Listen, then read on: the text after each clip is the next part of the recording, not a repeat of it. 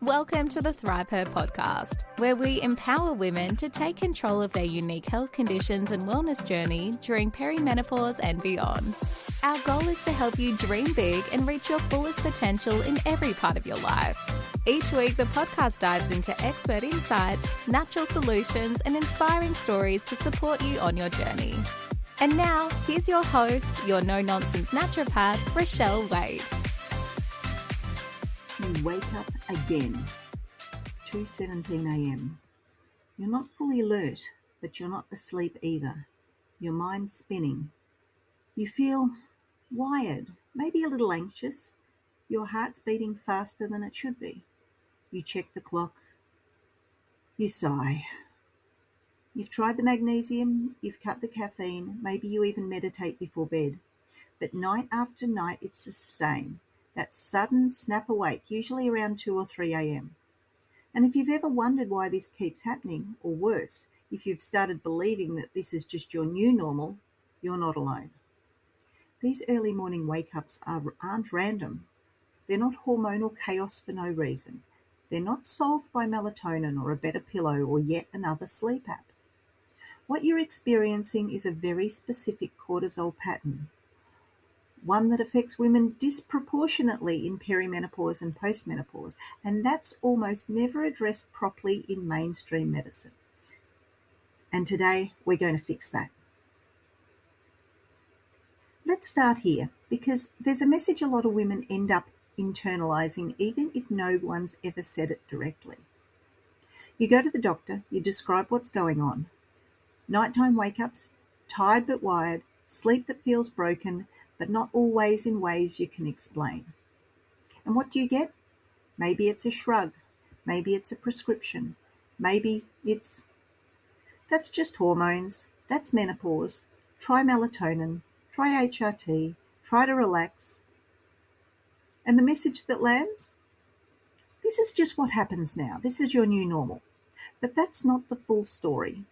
If you're consistently waking between 1 and 3 a.m., this isn't just something to live with. It's not a random midlife glitch. And it's definitely not solved with another supplement and a better pillow.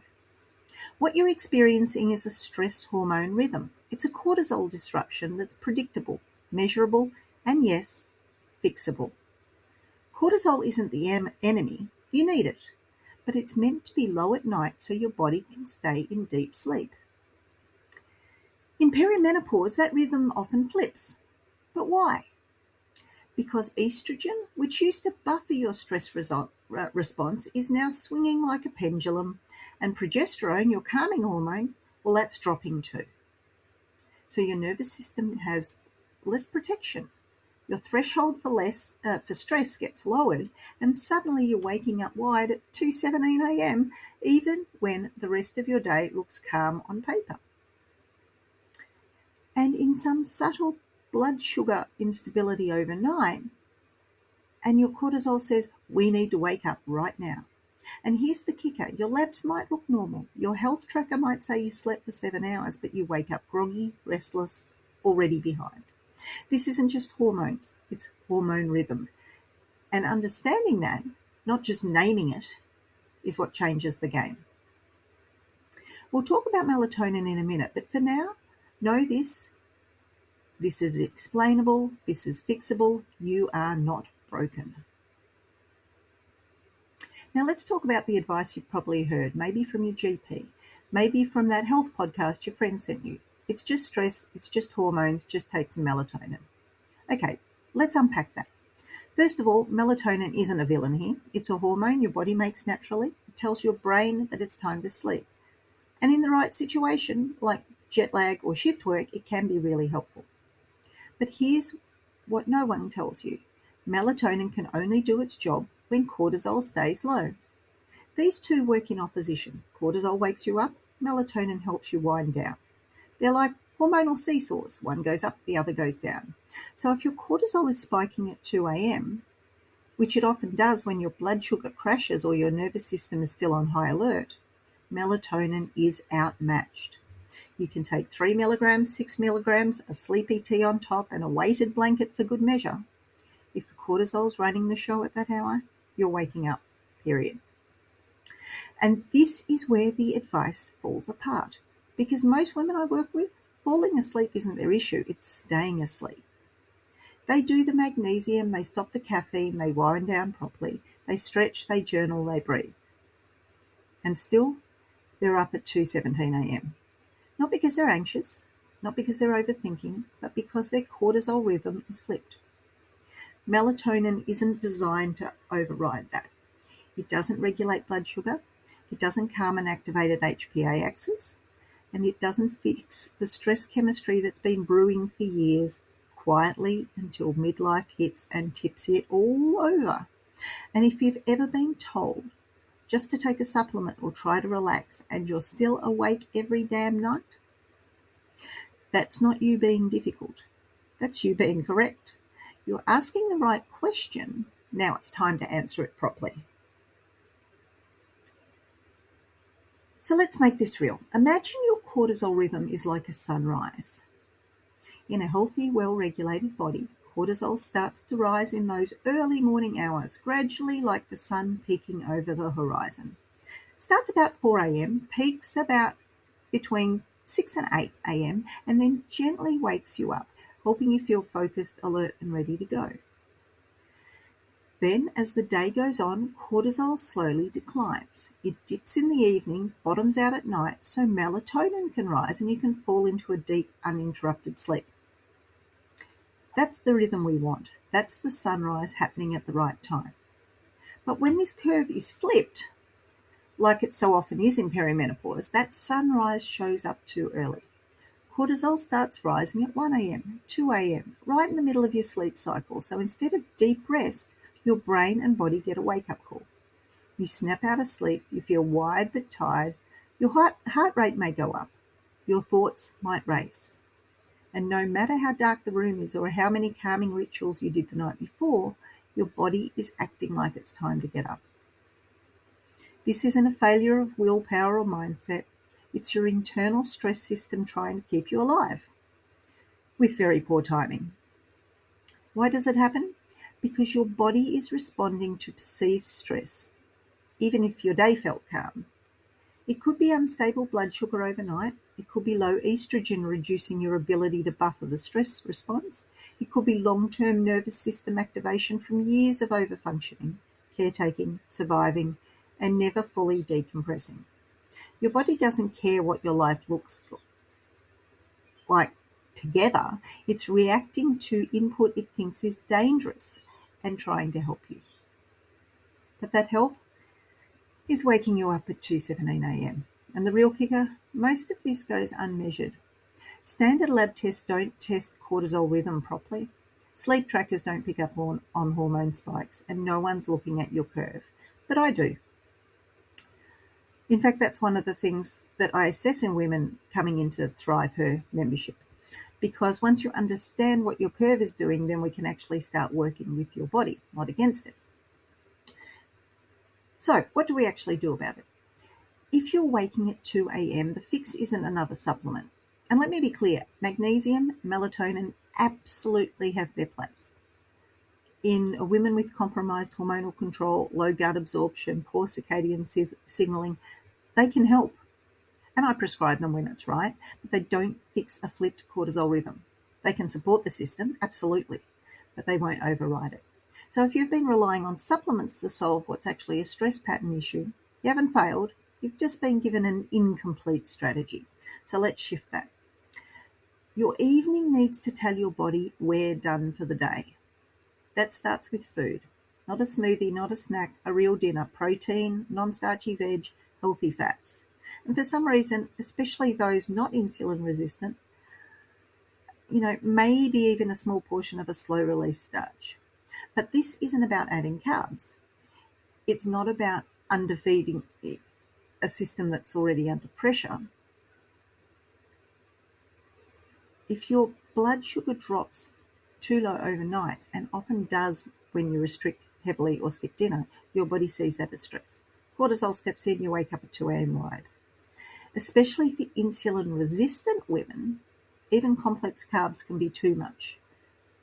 So we don't force macros. We test, we track, we build meals that signal fed, safe, and stable. That's the shift that starts to restore rhythm. The second trick is to train your cortisol to rise in the morning, not at 2 a.m. We want cortisol to peak with the sun, so support that. Get outside light early. Move your body a little bit. Eat especially protein within 60 minutes of waking. Now, I love intermittent fasting. I teach it. But if 2 a.m. wake-ups are your pattern, you might not be ready for it just yet. Delaying your first meal when cortisol is already misfiring just adds stress. Rhythm first, then fasting. That's the order. Now, I don't want you to chase sleep. I want you to stabilize your nervous system. You don't get reset cortisol with gadgets and pillow sprays. You do it with consistency, clear, predictable inputs your body can trust. Now, that might mean cutting caffeine at 10 a.m. It might mean stopping the wine as a wind-down cycle. It might mean not scrolling your inbox at 9:30 and calling it self-care. These are the real inputs that matter. Now, if you're listening to this because you are tired of that set 2:17 a.m. wake-up, it's time to change the data you're already giving your body. As we've discussed, this isn't a failure of willpower or a need for more melatonin supplementally. It's a stress pattern issue that requires a strategy. Now, to help you implement these shifts, I'm inviting you to join the free 30-day micro-habit revolution starting on February the 1st. This is a WhatsApp-based program designed to provide specific, predictable inputs for your nervous system.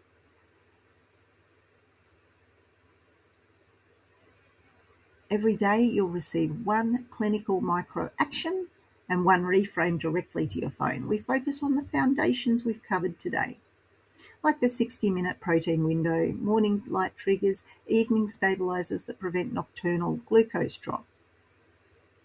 We aren't trying to sleep, we're signaling metabolic safety so your body can stay asleep. One strategic, consistent step at a time. Now, you can join the revolution through the link in the show notes.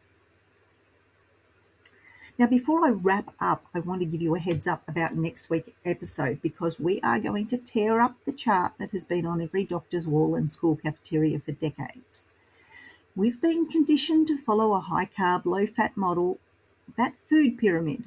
But for women navigating perimenopause and beyond, that advice isn't just outdated and luckily now replaced. It's biologically sabotaging. So in the next episode, we're going to go back to the source to look how we got here in the first place. This wasn't a mistake of old science. It was a masterclass in strategic marketing and clinical oversight. So we're going to be discussing the 7 countries fraud. How a seminal study by Ansel Keys, the very one that started the war on saturated fat, deliberately ignored data from countries that didn't fit his hypothesis. We're going to look at how a massive cash injection from Procter & Gamble in 1948 transformed the American Heart Foundation from a small struggling group into a global authority, overnight turning industrial seed oils into heart-healthy staples.